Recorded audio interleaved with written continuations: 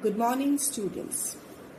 In the previous class, we have introduced the basic concepts used in kinematics. That is the concept of rest and motion. Today, we are taking few more concepts. We are starting with the concept of origin or a reference point. Origin. It is a fixed point with respect to which all the measurements can be done. See here, suppose if you want to measure the length of any object, what will you do? You will place the object at this point, a fixed point on the scale. So that is a fixed point with respect to which measurement can be done. That is taken as the origin. Let me take, if suppose you are moving from one point to another, and how much distance you have covered, how much you have traveled, or when you are measuring the time, at which point the needle is moving. So that starting point, that is taken as the origin. So it is also taken as some reference point. You are familiar that if we are taking within this coordinate system, if we have, suppose a body is covering a distance of 5 centimeter along x-axis. So this OA, this distance covered is 5 centimeter from with respect to position, with respect to origin O. Now, it's not necessary that the origin is fixed. It can be shifted to any other point also. How? Let me take one example. Suppose we have given 3 points A, O, B. If this is origin, so measurement to the right of this will be taken as positive and measurement to the left of this is taken as negative. Suppose this is the difference position, that is 3 centimeter, and let this be taken to be 2 centimeter. So if we take this A as origin, so measurement AO, this will be 2 centimeter, measurement AB, this will be 5 centimeter.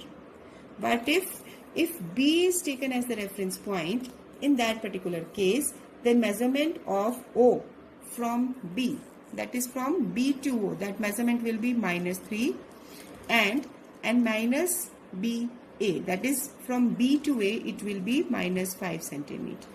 It means fixed point, that is origin, it can be either at O or at A or at B. We can shift it. But for the convenience, we usually treat the point which is labeled as O to be taken as the origin. This is just the convention. You are familiar by plotting the graph. Suppose we are plotting the graph. The center point is taken as the origin. The measurement is taken here. Towards the right is positive. To the left is negative. Above positive. Below negative. Same conventions we will use here. Now, getting the concept of origin. That origin can be for time, for position, for distance, displacement, anything. Then the origin of time and position can be at the same point or can be at the other point also. We will discuss it again. Now today we are discussing the basic concept of distance and displacement. Basically, what is distance? Distance is the actual path length. It is the total path length covered by a body. Total path length covered by the body or an object, that is taken as the distance. Suppose if I have to move from point A to B, or any body is moving from A to B, then the person or the body can go from this to this path, from this random path, or from this path. So this is first path, this is second path, this is third path, this is fourth path. If a person is moving from first path, the measurement will be from A to C, then C to D. This total measurement will be the distance. If the same person moves from path 2, this will be the second path. This is also distance. This third path can also be the distance. This fourth can be the distance. So there can be different distances covered in between 2 points. Let me take one practical example. Let we are going. You are coming from your home to your school. Then suppose this is your home and this is your school. You are coming across this path, straight path. So this is the path. This is the. So from home to school, whatever path you are following, that path length will be the distance. Suppose you are moving from this path. Suppose you have to go at some other point where you have to buy some stationery. You are going to that particular shop and then coming to this point. So that point, in that particular case, although the distance between H and S, the shortest distance between H and S, home and school, is this one, but you can go from this path. It means total path length can vary. Now, if we are taking, the person is moving along a circular path of radius r. So in that case, total path length that will come out to be, suppose the person is moving along this circular track having radius r. So total path length is 2 pi r. That means it's perimeter. Although the person is returning back to the same point, but still the path traveled by the body, that is total distance covered, that is 2 pi r. So these are few examples we have discussed here. Now distance. Distance itself is a scalar quantity. Now what do you mean by scalar quantity? Scalar quantity, it is a quantity which can be expressed only in terms of magnitude. For its specification, we discuss only magnitude. There is no concept of direction. In any of these three examples which I have discussed, I have not said the person is moving along this particular direction. We have not considered the effect of direction. The person is moving in any direction, but we are not focusing on direction. Our purpose is just the path length along any direction. We are not specifying here direction. So that's why this distance has only magnitude, numerical value only. So it is treated as only scalar quantity. When this is a scalar quantity and we are taking only magnitude, so it is always positive. It cannot be negative or zero. Now, next we are taking displacement. Displacement is the shortest path length covered by an object between 2 points. That means, let me take now these three examples which I have already taken. Here, from this path A to B, there are 4 total paths I have just marked here, but out of which the shortest path length, that is, out of this is A to B, this along 3 paths, this is appearing to be the shortest path length. So, this will be the displacement. So, that's why displacement is the shortest path length covered by any object. If the person is moving along this circular track, reaching back to the same point, here initial and final points are coinciding, then this is, in that particular case, there will be no displacement. There will be zero displacement. Why? Because shortest path length between initial and final point, the points are same. If we are taking A and A dash, but these are lying at the same point. So in that particular case, no difference exists between the path length. So that's why here displacement will be 0. And if we are taking this example also, if the person is moving from H to S, that is the direct path, suppose this is 2 kilometer, and if it is going to another point, into any shop at point P, so let this distance is 1 kilometer and this distance is 1.5 kilometer. So now the path length is 2.5 kilometer, but the shortest path length is 2 kilometer. So the displacement will be 2 kilometer and the distance will be 2.5 kilometer. Now, displacement, although you have studied the concept of displacement in class 9th also, displacement has magnitude as well as direction. It can be specified by magnitude as well as direction. So that's why this is categorized as vector quantity also. And this displacement can have positive, negative and zero value also. Now, let me understand the different cases where displacement can be positive, negative or zero.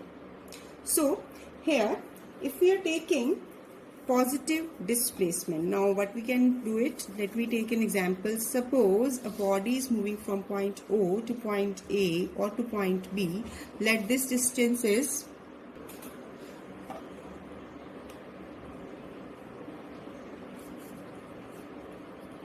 Now if O is origin and distance from O to A is 3 centimeter and from A to B is 2 centimeter. So measurement done in this direction, this all will be positive. So if we have to measure OA, this is 3 centimeter and OB, this is 5 centimeter. So this is giving you positive displacement. But if you have to understand the concept of negative displacement,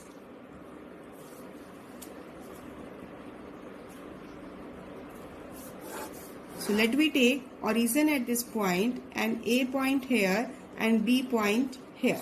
This is at a distance of 4 centimeter and this is at a distance of 2 centimeter.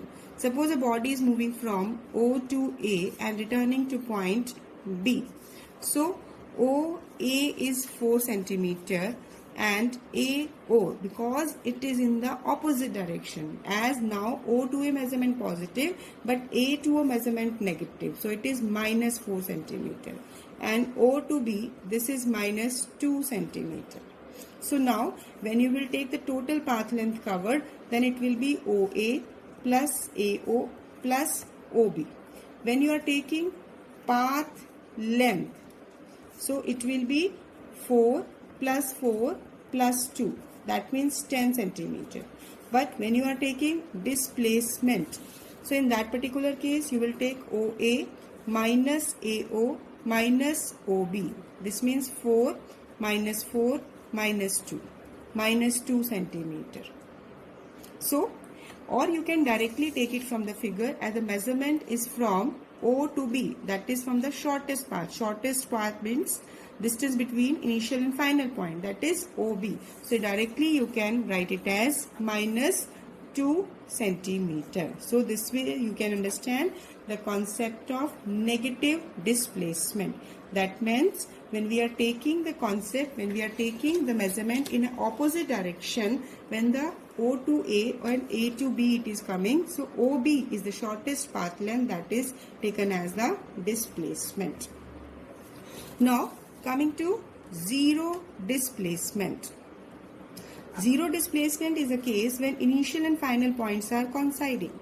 Let me take a person is moving from A to B, B to C and C to A. In this particular case, as initial, when moving from A to B, B to C, C to A, then initial and final point coinciding, therefore displacement will be 0. But path length, so now total path length will be AB plus BC plus CA, whatever be the measurement. But as initial and final point are coinciding at point A, therefore displacement will be 0. So in this way there can be different examples where you can understand that how we can calculate the value of distance and displacement. Now if you take an example, the body is moving along a semicircular path having radius r. Let it has starting its motion from point A and reaching to point B, moving along this semicircular path. Calculate distance and displacement. Because we have introduced the concept, now we can easily calculate. Distance is the total path length. See, it is a semicircular path. So the distance or the total path length will be equal to pi r, half of perimeter. So it will be pi r, or you can take it as pi capital R, because radius here is r. Whereas displacement, as A to B, the shortest path length, that is directly from A to B. So it will be equal to R plus R. This will be 2R. But if you are taking a case when a body is moving along this circular path and reaching back to point A again, covering one circular path, one circular rotation having radius R of this circular path. So distance will be equal to 2 pi r, whereas displacement will be equal to 0. So in this way you can calculate distance and displacement. One important result from these examples we can get that distance is either equal to or greater than displacement. What is the relation between distance and displacement? See here, this distance, this is greater than displacement, and this can be, because if we take the person is moving along this path, so if the path chosen is this one only, in that particular case distance become equal to displacement. So the maximum value of displacement is maximum value of distance, it can be greater than displacement. So distance is greater than or minimum value equal to displacement. So this is an important result which you will use from here. Let me take one more numerical. If a body moving along a circular path of radius r covering 1/4, that it is starting from A to B, covering 1/4 of the path. I am repeating the statement. If a body moving along a circular track of radius r covering 1/4 of the path, either from A to B or B to A, calculate displacement. See here, this is the radius r, this is also radius r, and the body is moving from A to B. So in that particular case, the shortest path length will be AB. Now, being these are perpendicular to each other, directly you can apply Pythagoras theorem. So AB square will be equal to OA square plus OB square. So it will be r square plus r square. It means 2r square. So if you have to calculate displacement AB, it will be under root of 2r. Now, one particular result I am giving, although this result you will derive when we will introduce the concept of vector subtraction. Here I am just taking, if you have to calculate displacement directly, you can use this result, that it is 2r sine theta upon 2. Theta is the angle between two sides here. This is OA and OB. This is angle 90 degree. So here, if you will use it directly, that this is 90 degree, then directly you can take it as this displacement comes out to be under root 2r.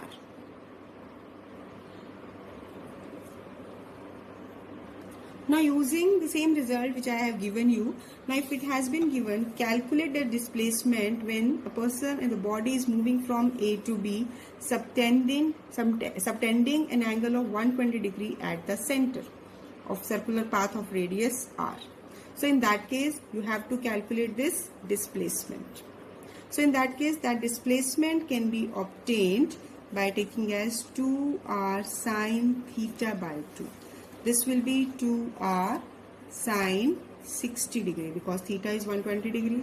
So 2r sine 60 is root 3 by 2. So it will come out to be root 3r. This will be the result. This is a shortcut method. Although this result which I am using, after this when we will introduce the concept of vectors, in that we will do one particular result. From there you can easily get that particular value. Till then you will treat it as a result, because it is required in numericals. Now let me take one more numerical. See here, a wheel of radius r, it is rolling on a road. What will be the displacement of point P in half rotation of the wheel on the road? See the statement, this is also a very different statement. You have to just understand. Here when we are doing the numericals, you have to understand the statement and think how to apply the concept. This is the basic numerical problems in physics. See here. Now, statement is a wheel of radius r. Anywhere you can represent it, radius, is rolling on a road. What will be the displacement if the point P here, if this point P after half rotation, in half rotation of the wheel on the road. See, when this wheel is rolling after half rotation, first of all, if complete rotation will be there, when it will be taking one round, again the point will be reaching to the same point. But half rotation means that this point is rolling. After rolling, this point will come at the top. See, these are the pictures of same wheel rolling over this floor, but to depiction. Here at the initial point, but finally let this point be P dash. When the after half rotation, this P point reaches here. So in that particular case, now what will be this measurement? Let it be Q. And what will be this measurement?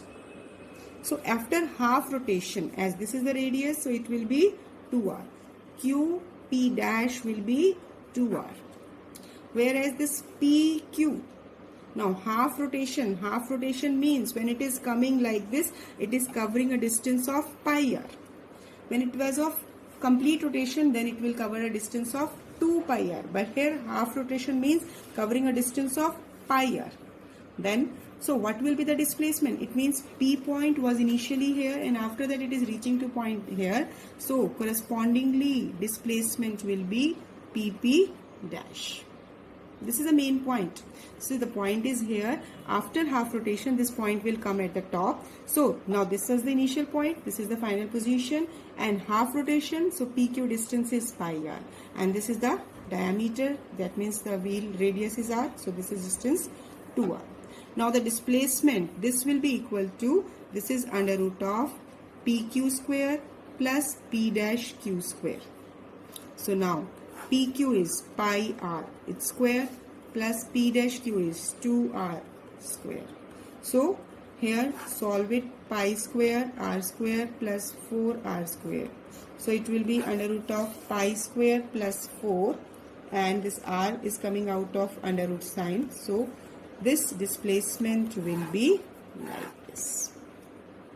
So see, this is a numerical where although you are familiar with the concept of displacement, but here we'll try to pick some new different kind of statements so that some innovative concepts will be clear to you. Now after discussing the concept of distance and displacement, we are taking the new term, that is speed. With this term you are also familiar with. Here, speed of an object in motion is the rate of change of position of an object. That is rate of change of position of object. This can also be taken as distance covered, distance traveled per unit time. And speed is a scalar quantity. Speed is a scalar quantity. From here you can see as distance per unit time. Time is a scalar quantity, distance is also a scalar quantity. So itself speed is also having magnitude only. And what will be the unit of speed? This is meter per second. Basic unit, SI unit will be this one. Now, when we are discussing the concept of speed, we will introduce different categories of speed. That we take it as uniform speed. Uniform speed. Uniform means constant speed. It means an object is said to be moving with uniform speed if it covers equal distance in equal interval of time. Let me understand this statement first. An object is said to be moving with uniform speed if it covers equal distance in equal interval of time. However, small these intervals may be. We have taken O to A, let the distance is x and it is covered in time t. So the ratio of distance upon time, that is x upon t. And again from A to B, again it is covering a distance of x. So the speed within the interval A to B is again this. From B to C, distance and time are same, so the ratio will be same. And from C to D, again the same speed. If you are taking that however small may be the interval, small, whatever be the interval may be, even you are taking bigger interval or any smallest, if you take this bigger, suppose OD, this total distance is 4x. Total time required for covering it, that is 4t. So you can see here this ratio of distance upon time, that is x upon t, again the same. It means if both distance and time are equal, we are taking. That means if a body cover equal distance in equal interval of time, then the speed is said to be uniform. This is taken to be constant. Like if a car is moving on a road and the speed is not changing, and you can understand it like if you are going in a car, there is a needle on there is a speedometer.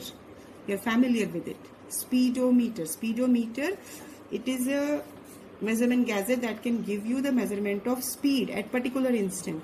If that needle of the speedometer pointed only 20 km per hour throughout your journey, it is rarely possible, it can't be possible, but for some interval of time, let we are taking for 5 minutes, the speed is only 30 km per hour or 40 km per hour. So for that 5 to 10 minutes, when the speed is same, that is taken to be uniform speed. So that means that speed is not changing with time. Even you can take the distance to be very small, and correspondingly if you will take the time, the ratio will come out to be same. Now for this uniform motion, if you want to plot the graph between distance or position and time, this will be a straight line graph. Like we will take it with the help of a table. You can draw it. Suppose your position is you are taking a distance of 2 meter,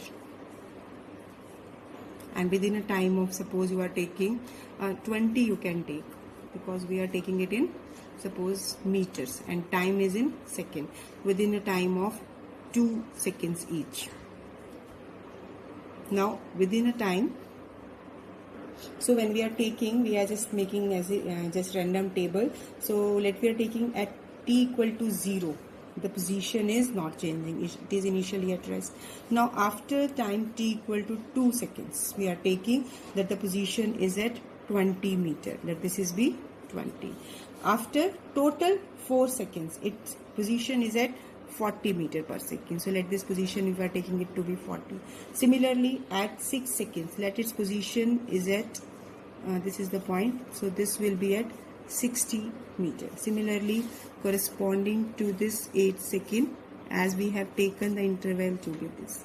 Now this is a table. When we have plotted corresponding points of distance and time, we are getting this and these points, and when you are joining it with the help of scale, it will come out to be a straight line. So this is a way we have realized that graph for a uniform motion. How? Because you can check from here, if this is distance, this is time, so velocity, speed will be 20 upon 2, 10. Here again 40 upon 10, 4, again 10, 60 upon 6, 10, and 80 upon 8, again 10. That means this is giving you the measurement of speed. So when you are plotting the graph between distance and time, the graph comes out to be a straight line. Therefore, slope of distance time graph for uniform motion, it is giving you speed. We are taking distance time graph, that's why we are taking the term speed. So when we are plotting this graph, simple graph without these positions, I am taking it in a general way. Now the slope, this will remain to be constant. The speed is remaining to be constant. So how can you take these points? You have done this in class 9th also. For it, let we are taking 2 points, x1 corresponding to time t1. This is point x2 corresponding to point t2. So if you are taking its slope, so slope, let it be, slope is taken as intercept on y-axis, that is x2 minus x1 upon t2 minus t1. Final position minus initial position, final position minus initial, final time interval to the minus initial time interval. So this x2 minus x1 upon t2 minus t1, what it is giving, this is the ratio of the position and time, and it is speed.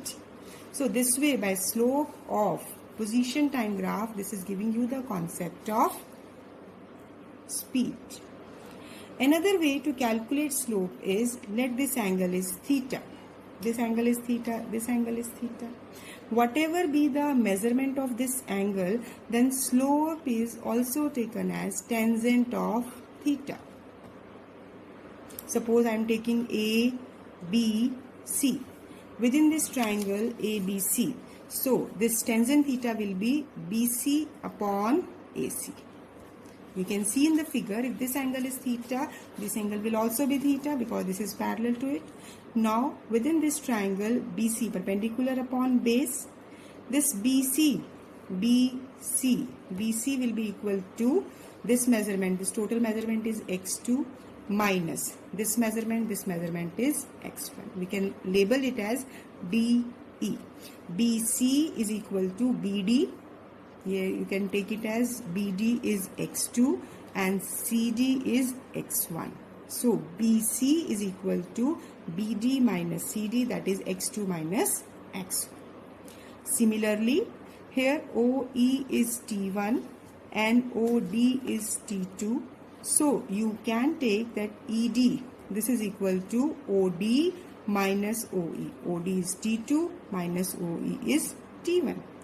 So from here BC and AC, now ED, this ED is equal to AC because equal value, you can replace it by here also.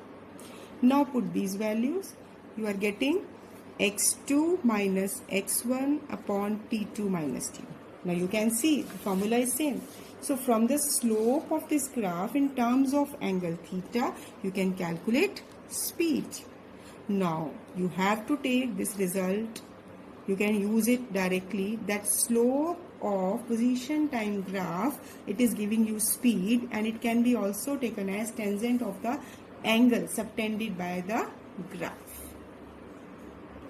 So for uniform motion, or you can say for uniform speed, when we have plotted graph between position and time, see here I have just taken all these concepts for your explanation part. Basic point is this one, how you are explaining the concept of uniform speed from this graph. So you can note it from this topic, from this lecture also. As we are plotting position with the time, we are calculating slope by taking 2 points on the graph, and by measuring angle also you can also calculate the speed. So general result what you have to remember, that speed is equal to slope of position time graph, and it is also equal to tangent of theta. So that's all for today. So we have introduced few concepts, that is origin, distance, displacement, speed and uniform speed. Now we will, in the next lecture, we will learn more practical aspects, especially in the graphical representation, how to realize a practical situation. So understand the concepts, revise the concepts thoroughly. Thank you. Have a nice day.